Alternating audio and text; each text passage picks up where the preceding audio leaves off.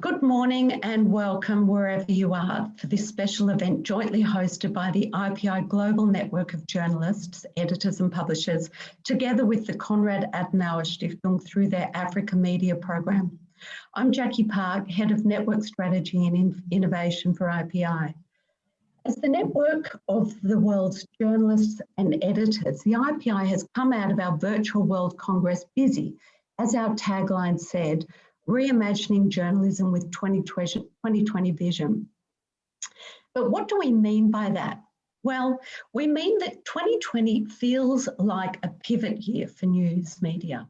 We've paused, coming out of maybe 25 years of disruption. Fine, we're disrupted. What happens now?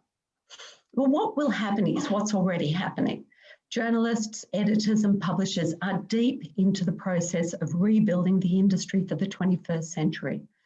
We're doing it with an enduring certainty in the journalistic mission and with an equally enduring lack of certainty of what will work. We keep listening and watching and experimenting and testing our way to, hopefully, the future. And things are still changing as fast as we adapt. But I think we are at least now used to constant change being the new normal for journalism. But one thing we do know, journalism, media, it works best as a network where we support and share and challenge each other, not just in one town or one country, but across continents and around the world. For IPI, that's long meant understanding the need for global solidarity around press freedom and the rights of journalists. Now, we understand too that it means equally centering the big challenges of hurrying on the reset of journalism to meet the needs of now, or pushing back against the revival of populist authoritarianism. And of course, to create new models of work that sustain the independent journalism that we know our communities need. And today, we have three of Africa's big thinkers and doers in journalism. And I'm really excited for this session and pleased to welcome Idris Akinbajo, who's with Nigeria's Premium Times, Gwen, who's now chair of the Namibia Media Trust, and Nigel Mugamu, founder and chief storyteller at Zimbabwe's 263 Chat. And who doesn't want that title? Now, their insights will be moderated by IPI's good friend from the KAS Media Program Sub-Sahara Africa from South Africa, Christoph. And now over to you, Christoph, to take it from here.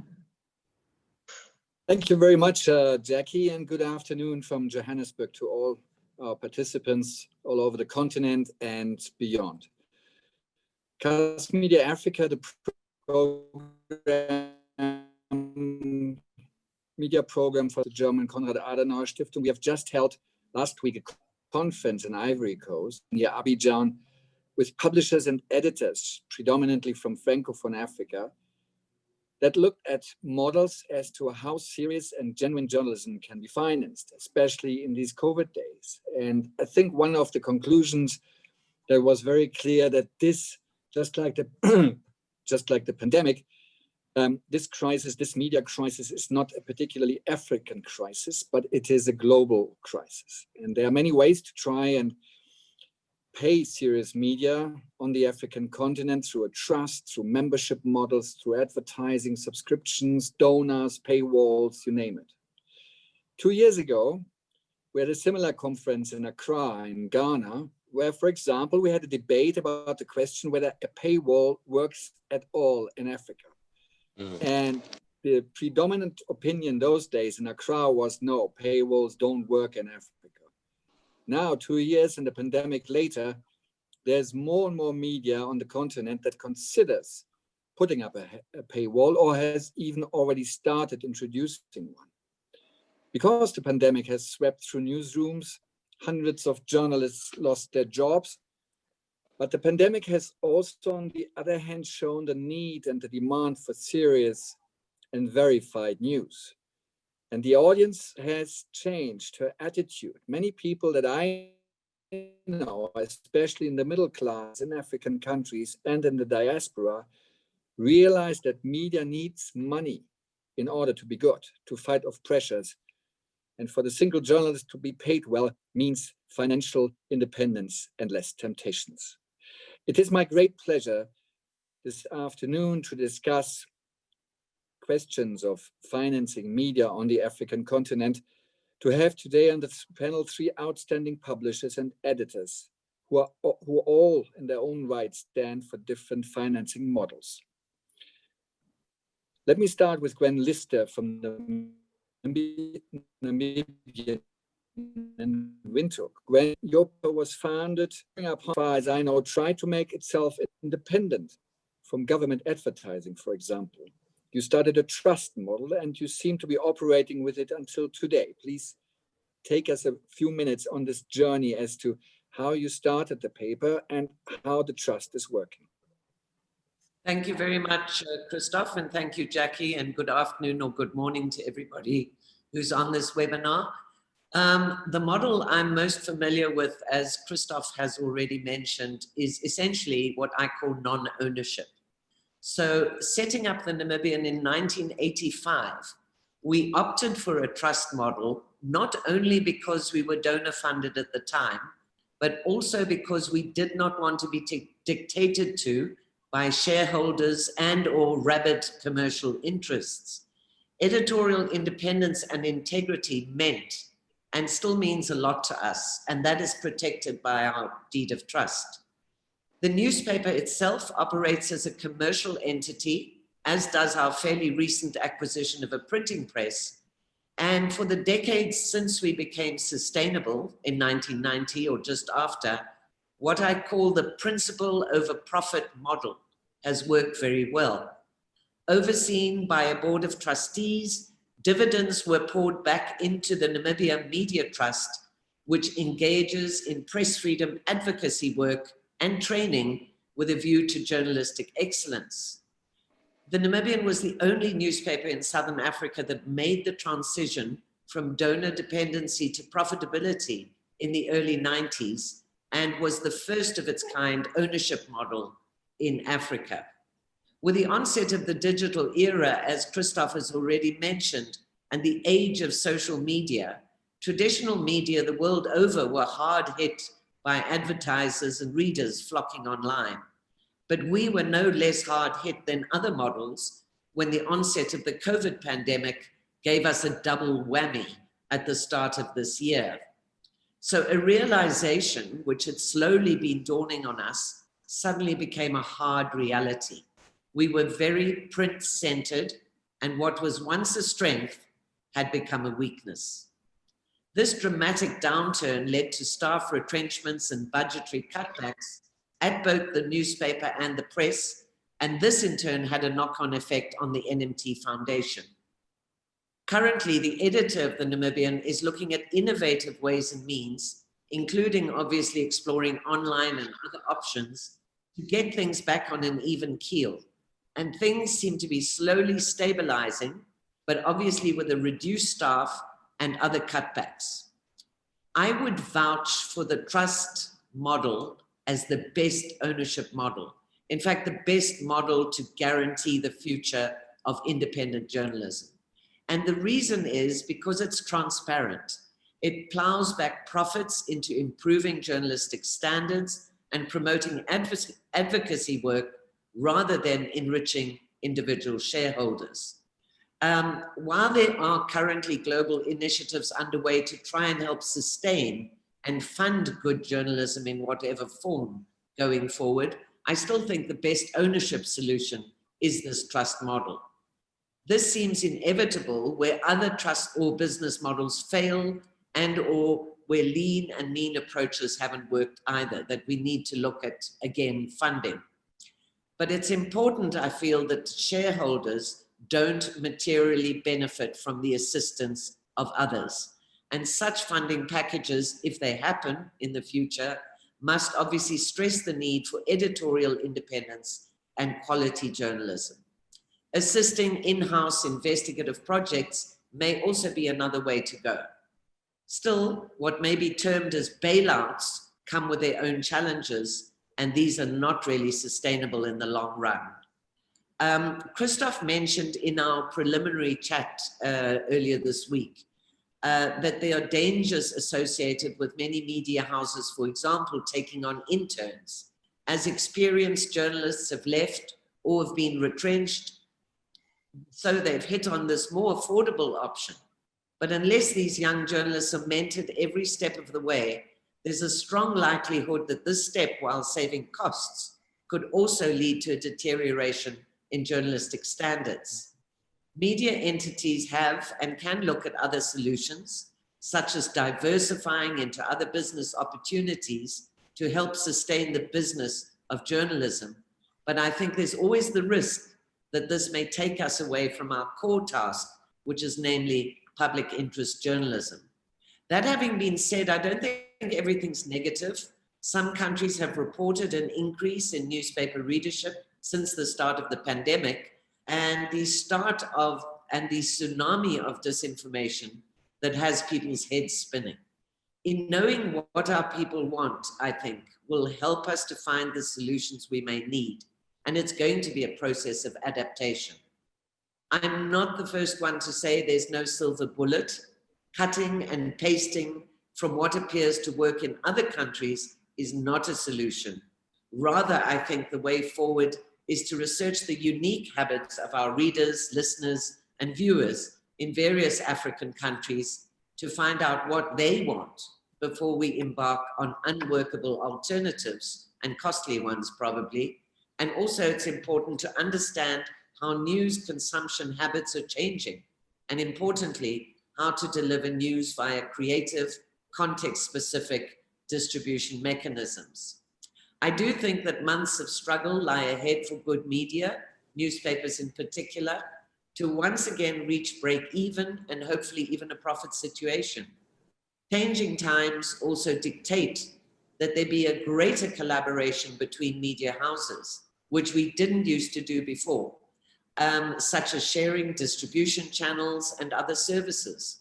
Also, hybrid newsrooms that are focused on innovation, combining research and development alongside the news production processes are most likely to succeed. But I think this experimentation will also come at a cost at a time when most media houses are struggling just to survive. So to conclude, I think it's true to say that it's certainly not business as usual. At the end of the day, there are some business models of media ownership that quite honestly we don't want, neither should we save. Instead, it's good journalism, so essential for democratic well-being, that needs to be preserved and to be guarded at all costs. Thank you very much, Gwen, for this introductory remarks. I'm really sounds like beautiful music when you talk about decades of sustainability. I mean, that's beautiful that you guys have achieved that, and I know that that is something that many publishers on the African continent and beyond are dreaming about. Let me follow up with one question, because you are independent from donors now, and many media houses on the African continent, they are vying for donors' contributions. What advice, in a general manner, in a generalizing manner, would you give media enterprises that are dealing with donors? Well, I think first and foremost, Christoph, I would say that obviously whatever funding or donor assistance is given, that it has to absolutely be no strings attached. And as I say, I think the likelihood that donors will fund such newspapers or any other media enterprises for that matter would probably be strengthened if the ownership model is a transparent one. I think obviously where there are shareholders and people making profits and putting it in their own pockets, that donors will be less likely to fund pure commercial propositions. So I'd say first and foremost, if there is assistance, it has to be tied only to good journalism, independent journalism, but should not have any other strings attached. That's very important.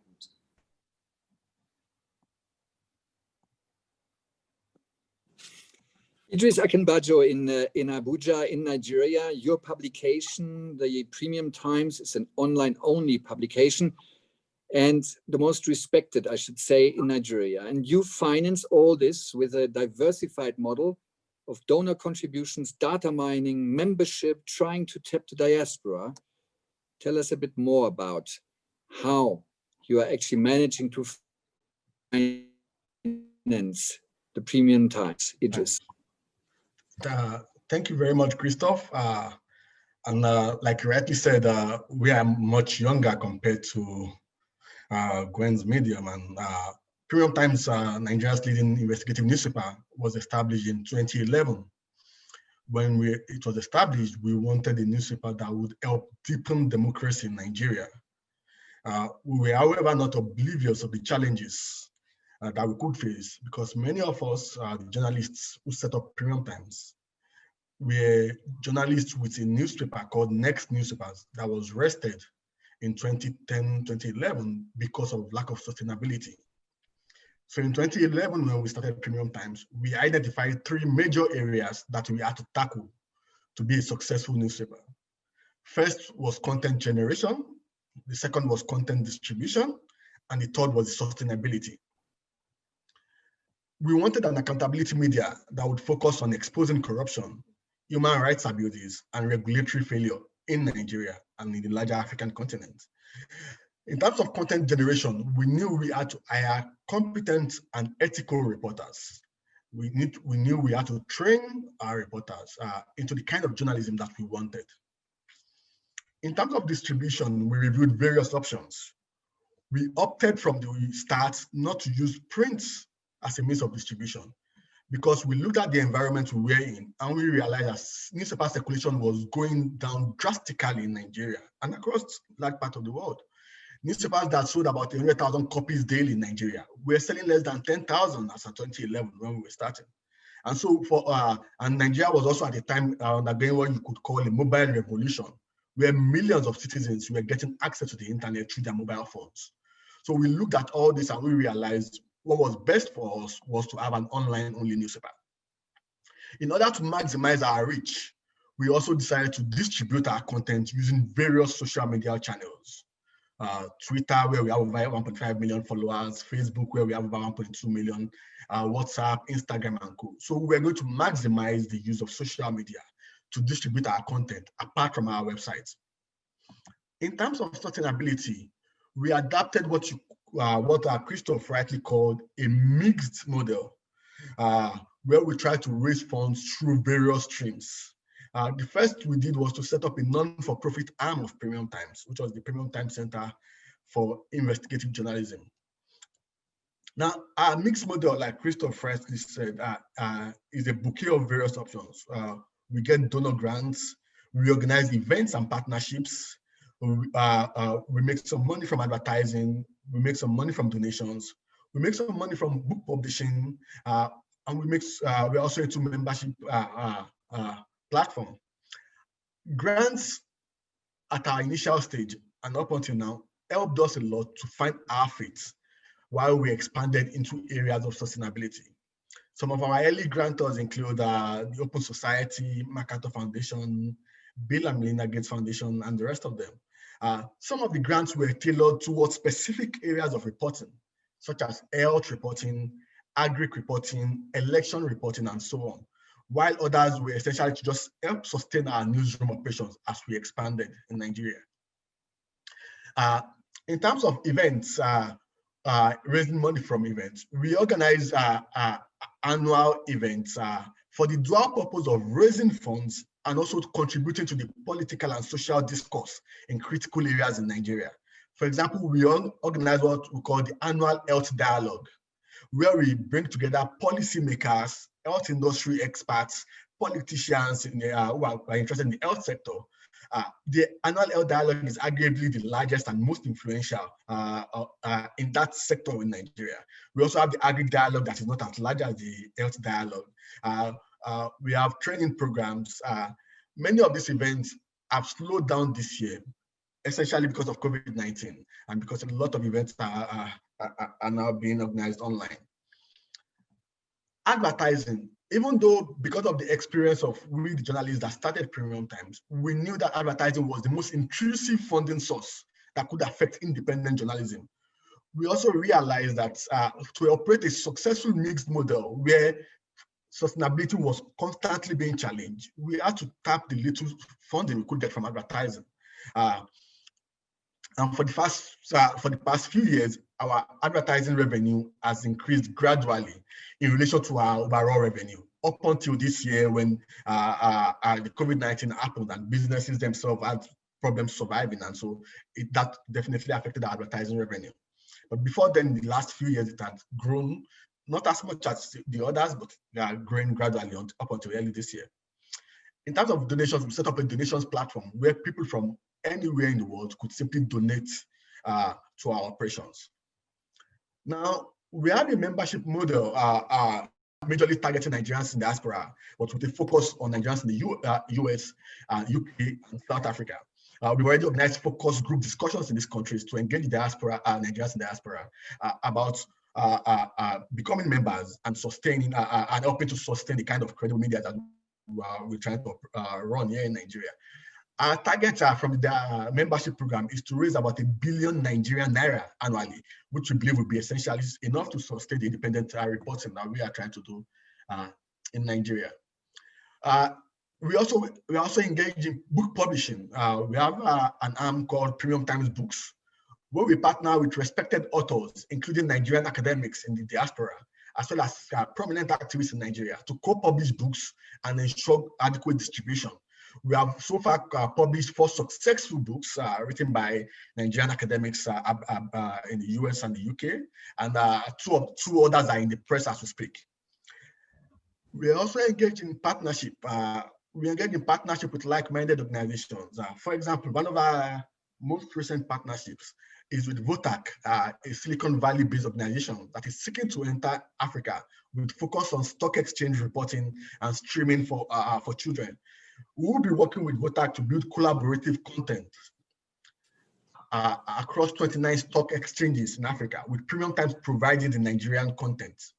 What we hope to benefit from this as Premium Times will be training on multimedia for our staff, international advertising opportunities that Votac platform gives us, increase in revenue, increase in our eyeballs, and a much wider reach in terms of content availability. So we are essentially, like Christoph mentioned, putting together all these systems, trying them continuously, because we realize that the sustainability landscape is gradually changing, evolving, and it's not static.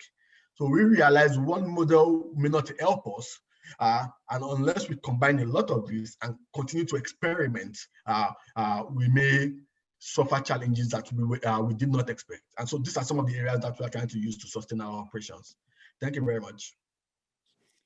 Thanks very much, Idris. This very interesting and colorful bouquet of sources of income that you are having, doesn't that require a whole big number of people to administer all this? Because, I mean, you have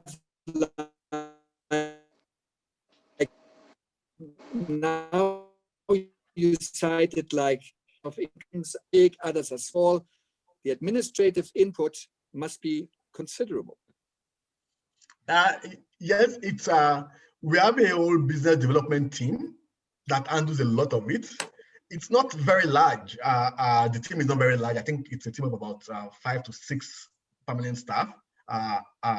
Yes, about 5 staff, and they continually try to look at the various options available for us and try to expand in necessary areas.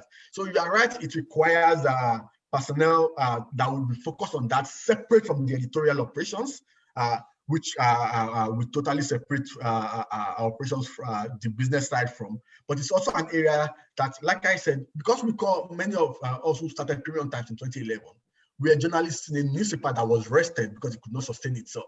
We learned that media houses must pay as much attention to sustainability as they pay to content, because of what uses the content that cannot sustain or survive its own operations. So we are just as we are growing editorially and making sure that our editorial content is premium within Nigeria and to the larger African audience, we are also having a sufficient business development team that focuses on all these areas that I've mentioned.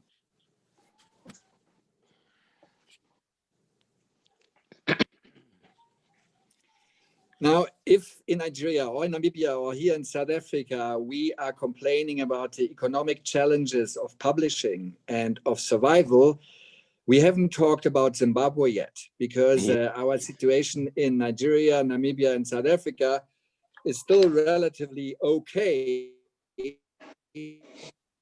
when we compare to the economic challenges of publishing and of survival in Zimbabwe. And that's where I welcome Nigel Mugamu. He is the founder and CEO of 263 Chat, the Zimbabwean online publication, and has been operating with also a mixed niche of advertising revenue and membership contributions. Tell us more about that, please.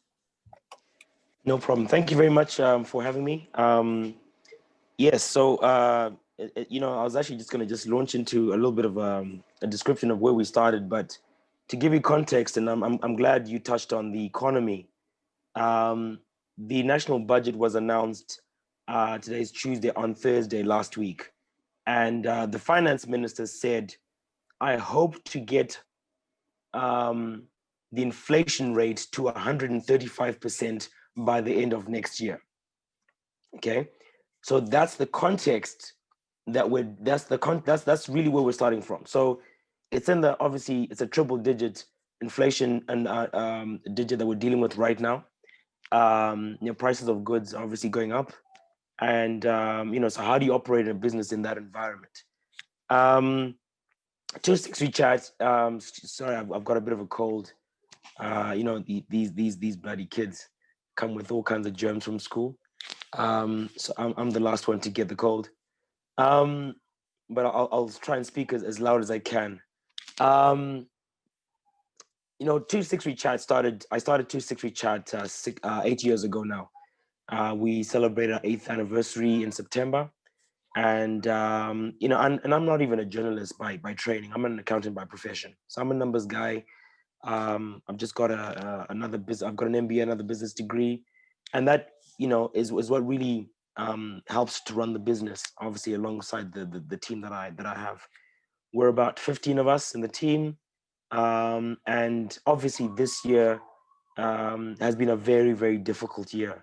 We've had some of our journalists arrested, some of our journalists assaulted. Of course, we're obviously in a global pandemic, which is COVID. What the government has sought to do here in Zimbabwe is to clamp down even more on citizens' rights. So, things have been tougher than usual, along with the economic challenges, right? So you're trying to get content out, you're trying to, and obviously our day job really is to educate and inform the public about what's happening. The reason why I started 263 Chat in 2012, I had the idea that I wanted a publication that was neutral and credible, balanced. We live here in Zimbabwe in a highly polarized, highly politicized environment. So state media is obviously on the other side, print, the traditional media is obviously on the other side. And, so you got these two opposing groups, and we literally planted ourselves in the middle. We didn't start off as a publication. We started off as a Twitter account and literally as a discussion platform. And so that led to our first revenue line, so we started managing people's social media. We no longer do that now, but that's how we started. Then we got involved we're having all these events online, all these discussions online, and we started generating revenue from hosting events. So taking the online conversation and bringing it offline. So we started doing that. And eventually, along the way, we obviously started publishing the news, and we've got a host of different advertising areas where obviously you can advertise on our website, on social media. About 3 years ago, we started what we call the e-paper, so the electronic paper. And essentially what we were trying to do was, we read a little study in 2016, so I'm obviously still a numbers guy. The regulator, the telecoms regulator in this country, publishes a report every quarter. I pay a lot of attention to that report. It basically gives you numbers and tells you all kinds of things, telephone company X has, X number of subscribers, and, this is how much data is being used. And this particular report in late 2016 suggested that Zimbabwe had a comparably high number of internet users, right? And that a lot of the internet users would use WhatsApp. So they had WhatsApp, and to them, that was the internet. So our job as a publication was, how do we get into their lives? How do we interact with them on this platform that they use? And obviously at the time, if everyone remembers, Donald Trump was also became the president of the US. And he was talking a lot about fake news, and it seemed like fake news was something that was rather new. But I mean, it's obviously, we know that fake news has been there for many years. And so what we were trying to do at the same time was to counter the proliferation of fake news. And so we came up with a newspaper, an e-paper, an electronic paper that reads like a newspaper, fit for WhatsApp. So it's about 2 or 3 megabytes each edition. And we've been doing this now for 3 years. So November is actually just gone by, is our 3rd year. We're just under 600 editions, and it's proven to be very, very popular. It's one of the ways we found, a way of reaching the masses, or reaching more people that don't necessarily have the full internet. Now we're toying around with SMS. I'm trying to see how you can distribute news on SMS, because sometimes it's very easy. We find it very easy to assume, yeah, everyone's online, and then everyone's got access to a website, to our website. Everyone's got access to our e-paper. But we often forget that there's a large population that still have a dumb phone, or even have a smartphone but just don't have data. So how do we reach those people? We know that in this country, we're not going to necessarily get, I mean, they just, this last month, they awarded, so we're in a country of about 14 million people. We've had one TV station since independence, and government awarded 6 new TV licenses to 6 players just last month. One of the, and I laugh when I say this, one of the players who has been granted this TV license is a company that's linked to the army. So are they going to necessarily give a company like 263 Chat a TV license, even if we had applied? I don't think so. So, we're living in that, like I said, a highly polarized environment, and we've got to use the tools that we have at our disposal. And that's really, the sort of the DNA that we have at 263 Chat. Our team is young. Always try to have a lot of young. I'm the oldest in the team, and we have a lot of young people because they've got new ideas. It's simply, here's a cell phone. What can we do? How do we report the news using this cell phone? How do we get the story out? How do we record a video? How do we record the audio? How do we send it out? And obviously we've created all kinds of communities on social media, whether it's our Twitter account or Facebook or even just on WhatsApp. We've got hundreds and hundreds of WhatsApp groups for different things. And our subscription, and obviously we send our e-paper via WhatsApp only.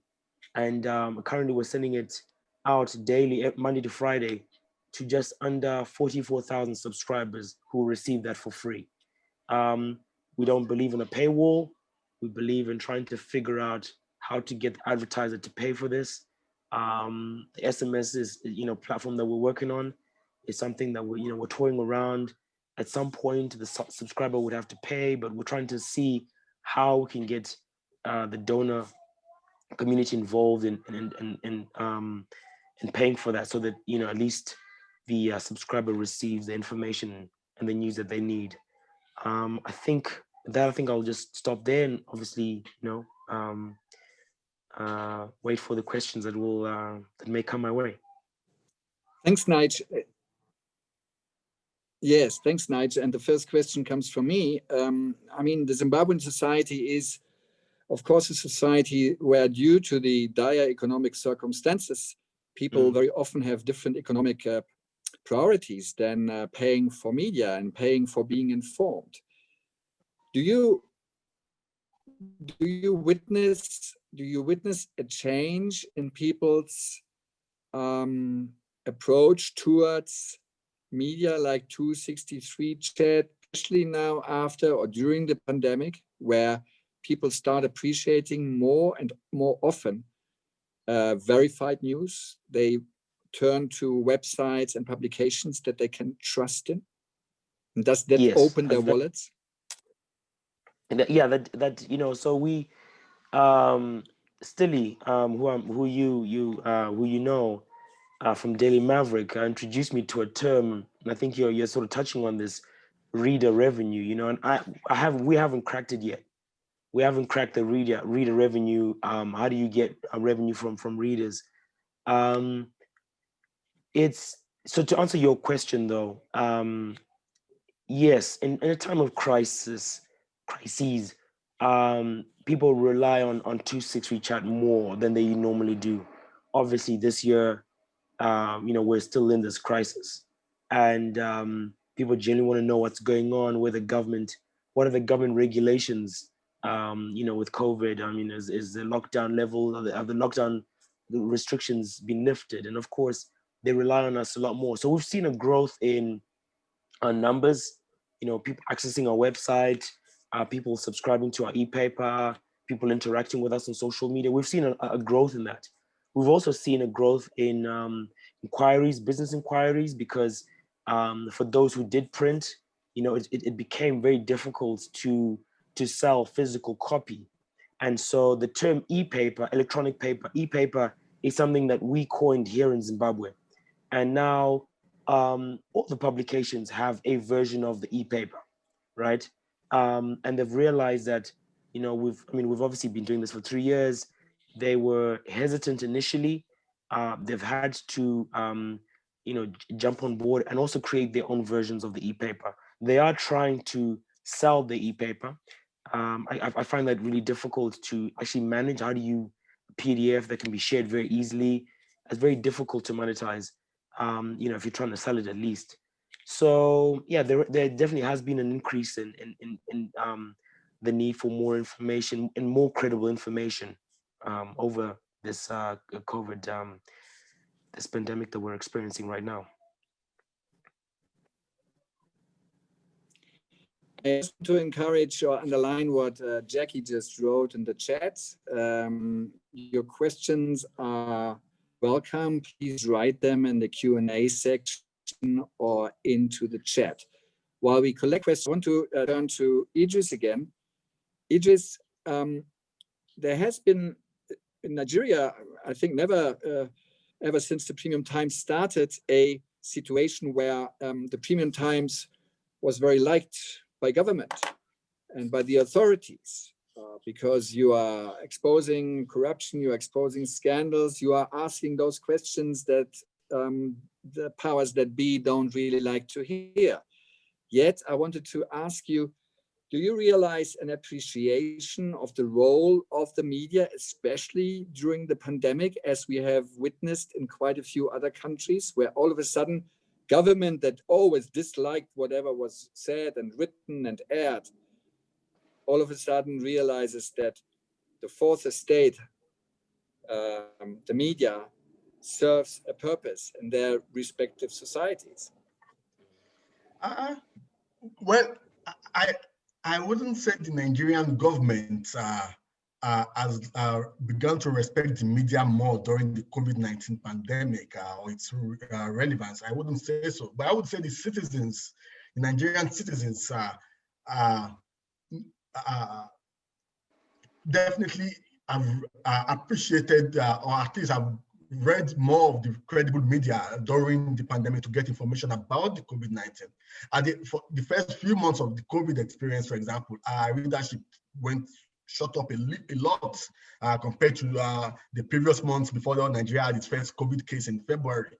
So in terms of readership, definitely the COVID reportage of the COVID-19 and critical and adequate reporting of it, including the funding and misuse of funds by government agencies under the guise of COVID, helped increase the readership for us. But in terms of government appreciation of the role of the media in doing that, I wouldn't say the Nigerian government is really maximizing that. Thanks, Idris. There's a question for Gwen, whom you have already answered the question, Gwen, in the chat. However, I would like to repeat it. It's a question by Wangethi Mwangi from Kenya, whether the Namibian ever had to turn away an offer or a financial grant, a donation, because there were strings attached. Gwen. Yeah, sorry, I was just typing the answer to the question.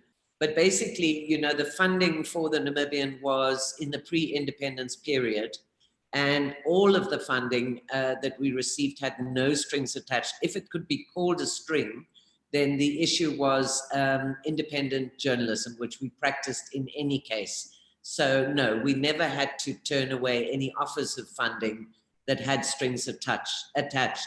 The other part of his question concerns the NMT Foundation, and I think Zoe Titus, who is our director, is on this chat. So I wonder if Zoe would like to, Christoph, just take up briefly and explain a little bit of how the trust works and what it does as far as journalism. Yes, Gwen, but I think Zoe would have to type that into. Oh, I see. She can't be.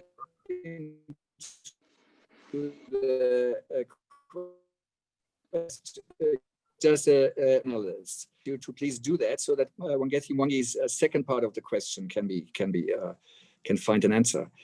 There is another question to Nigel Mugamu by Pooja Pandey saying, what so far has been the most promising line of sustainability for 263 chat? Nigel. So one of the things that I didn't actually mention, but just totally slipped my mind.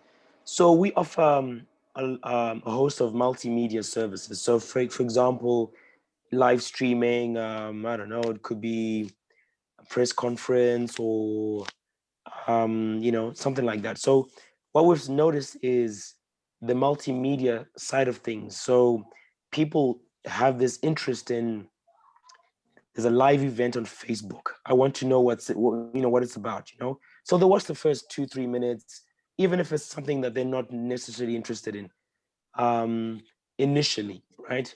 So we noticed that, the multimedia side of things has really, really grown. And that's a very, very important part of our revenue. But it does come with costs. These cameras aren't cheap. They aren't made in Zimbabwe. You got to buy them in, for us, the easiest place to buy them is South Africa. You do need foreign currency for that to happen. So yeah, it's, you got to overcome a lot of these other challenges just to get this brand new camera from your supplier in South Africa. So yeah, there's a host of challenges, but yeah, the multimedia side of things has proven to be very effective. We also see there's also been a really good growth in the e-paper advertising. That's also come up a lot this year, especially because people are because of COVID and everything that's been happening this year. Can I just add a question by Saskia Niehoff to Idris and Nigel, whether you agree with Gwen's recommendation of the importance of audience research, collaboration, and hybrid newsrooms, and whether, and let's start with Idris, whether you have any plans to prioritize such developments in the future. Idris. Definitely we do, and are already doing that. Before we started our membership model, we actually had to carry out an audience research to find out if millions of our readers will be willing to be members, or they will just prefer donations, and what to essentially review all our operations from the point of view of our readers. What do our readers think of our operation, and what percentage of them will be willing to contribute to it? What percentage of them will be willing to do so regularly, and the rest? So we do a lot of audience research, and definitely I agree with Gwen on that. Same on collaboration. Here in Nigeria, we currently collaborate with many other newsrooms on a platform we call the Leaks NG, because we realize one, that we are accountable, that are willing to do accountability media in Nigeria. We all want to achieve the same purpose. So there is no basis for which we will not collaborate, share resources, share content, agree on dates of publication together. And I think that's the future of journalism. The era when journalism was competing amongst itself is gradually getting over. There must be willing and deliberate moves to collaborate within newsrooms and across newsrooms. And we are already doing that. So I definitely agree with Gwen on it. Yeah. I retweet everything you just said. I think collaboration is the way to go.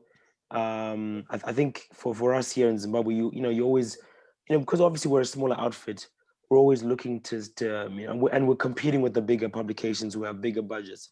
If I give an example, state media, they've got print, they're online, they've got radio, they've got TV. We can't compete with that. And of course, it's a listed company too. So how do we compete with that? So it's important I always like to say, we need to hold hands with other independent publications, share ideas, even share, story. Look, hey guys, we're all going to this press conference. Let's all go, and especially if it's, if it's like an opposition press conference, or we're attending, or whatever we're doing together, you can't risk all of us. You know what I mean? There's also safety in numbers. That's something that we also think about as well as, journalists. Oh, guys, they're cracking down on this right now, or stay away from this particular area.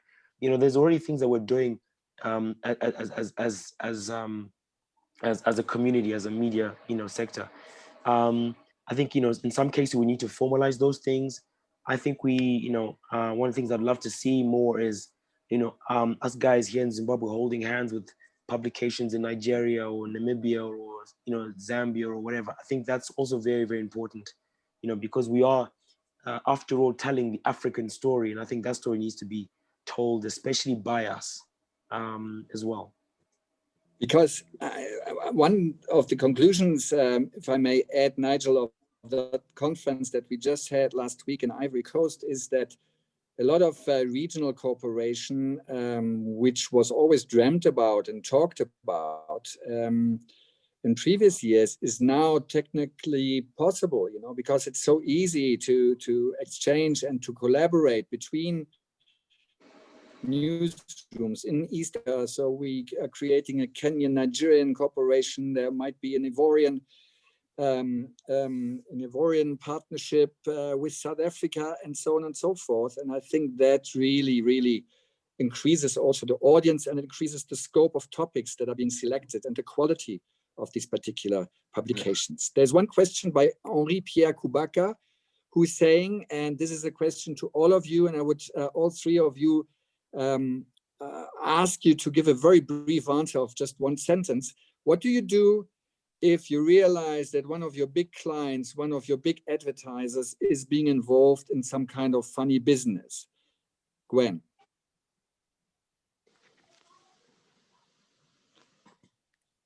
You have to unmute yourself, Gwen. I'm not running the newspaper at the moment, but certainly when I was, any kind of weird and wonderful advertising requests, especially those that interfered in any way with editorial integrity, would have been turned down. I do recall once having, I think it was our local power parastatal, which wanted a black wrap around all the newspapers. And in fact, they'd been to all the other newspapers and everybody had agreed they're going to do it. It was a lot of money. And when they came to me, I turned it down and I said, there's no ways that I would allow something like that to interfere with the reader's choice of whether they buy a newspaper or not, dependent on what the front page looks like. So I turned down a very lucrative contract because, as I say, that would have gone against our editorial integrity by hiding basically the front page. So certainly we've always had a very strict guidelines in place. When it comes to advertisers, advertise, but they can't interfere in editorial. But at the same time, we don't necessarily know those who do advertise and pay their money, what they or who they may be in league with. So that may not always be possible to establish beforehand. Thanks, Gwen. Over to you, Idris. Very brief Yeah, answer to that the editorial question. department is totally separate from the business department. And so whenever we get a story lead, whether about our advertiser, major advertiser, major contributor, it does not affect our editorial operations in any way. We just go ahead with the lead, we investigate, and we publish our story. We have lost dozens of advertisers because of that, who feel annoyed that we are publishing stories critical of them, and we don't ever let whoever is advertising with us affect our editorial judgment. So we just go ahead with our independent reporting. If you still like to advertise with us, good for you. If you want to pull out your advertisements, good for you. But we just go ahead with our reporting whenever we get leads, and then we do our own investigations and do our story independently. Nigel, is that also possible for a Zimbabwean enterprise with a limited number of advertisers who actually do have the budget? Yeah, it is definitely with you guys. It definitely is possible. I mean, we do it. I own the business, but I'm not involved in the editorial. I don't decide what is being published. In fact, when I go and pitch to a new client, I always tell them, that's one of the first things I mention. I don't have anything to do with editorial. If you guys are caught with your pants down and you're doing something wrong, you're on your own. And it's something you've got to say from the very, very beginning. And otherwise, you risk the credibility of your whole entire operation. And so you lose the audience, you lose the customer. I mean, it's a lose-lose situation, I think. Mm-hmm. May I ask something, Christoph? Does Nigel, as the owner, guarantees the editorial integrity of the editorial newsroom, which I think is very important, Nigel? I do. I mean, so as we're talking, I mean, I have no idea what's being published. In fact, we're actually creating a board, editorial board, just to create some more distance between myself and editorial. I don't interfere. I stopped. I don't get involved in the editorial anymore. I think there was a time, 2016 was probably the last time. But right now, whatever they publish, they'll publish whatever they publish. We get it wrong, and I'm the one who normally apologizes. So, it's that you got to lead and you got to apologize if you get it wrong, because sometimes we do. But in terms of what content is pushed out, that's not on me. There's a very interesting question to Gwen by Yaya Balde, where it's been asked, Gwen, what's your standpoint on a government trying to bail out media that gets into troubled waters? I mean, I know that, for example, in a place like Kenya, there have been discussed maybe a tax holiday for some media houses, but elsewhere there have also been discussions, like in Ivory Coast, to what extent the Ivorian government should help those endangered media enterprises. Given your experience, Gwen, what's your response? Yeah, it's a very controversial issue, Christoph, and my position is fairly clear. I've always been very opposed to government ownership of media, which in most African countries we know is a reality. They usually run a television and radio. At once upon a time, it was exclusively government, and they usually have their own newspaper. And I was totally opposed to, and still am, taxpayers' money being used by government in an area they have no business, essentially. So would I then say, yes, it's great. Why doesn't the government bail out newspapers that are in trouble? In our African context, I'm afraid, a move like that would be grossly misunderstood. And I think at the end of the day, government would expect a pound of flesh in return for assisting independent press. Their role, as far as I'm concerned, is to provide an enabling environment in which media can thrive and survive. But that's where it stops. We are not afraid at the level where we could look at the Swedish model or the Nordic countries where that in fact happens and the taxpayer does help media. I think it would lead to far too many misunderstandings and probably lead to the demise of independent media if that actually happened. Yeah. Not in favor. Yeah.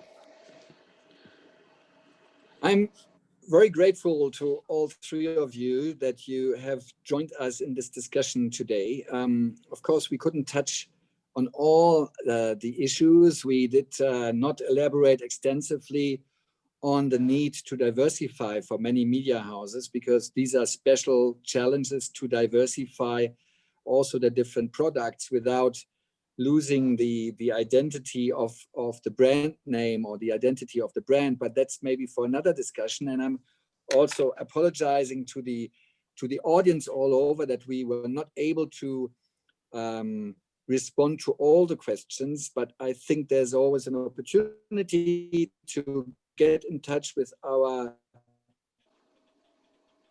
three panelists and ask questions, in particular Mugamu, about his e-paper and other things that Nigel, I'm sure, will happily answer. One thing is clear, that there's no one-size-fits-all model.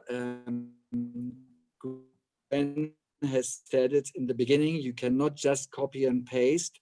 And I think that applies to many different financing aspects that we have been discussing here. What works in the one country, because the government doesn't interfere, might not necessarily work in the other, because the government and the tax authorities do interfere. But there is an urgent need to also diversify the sources of income and to draw from differences, not to make off dependent just on one of them. And there is a need, I think, to constantly think of new possible products to be grouped around the cash cow or the one publication that creates the brand name. Good and serious journalism, I'm sure, will prevail on the African continent. There's no doubt about that. But there's certainly a need for greater flexibility and certainly for growing awareness amongst those who consume media, that media needs to be financed. I would like, as the director of CAS Media Africa, like to thank you all for your participation. And I'm now handing over to Jackie Park from IPI to say the final bye-byes. Thanks very much from Johannesburg. Okay, thanks so much, Christoph. That was really wonderful conversation and wrapping up. And thanks very much, Idris, Gwen, and Nigel. I mean, really fascinating models and so different, and you know, just incredible to see the kind of different revenue strategies that you're all putting together. From IPI, that's it. So thank you very much for joining us. Please keep an eye on the newsletter. If you're not already signed up, then please do. And look out for more events like this. IPI is very focused on ensuring the sustainability of journalism into the future. And so we're very keen to explore the many different models and experiments that we're all trying around the world, and sharing those, because that's really how I think we'll all get ahead. So once again, thanks again from IPI, and good night from me. Good day to all of you.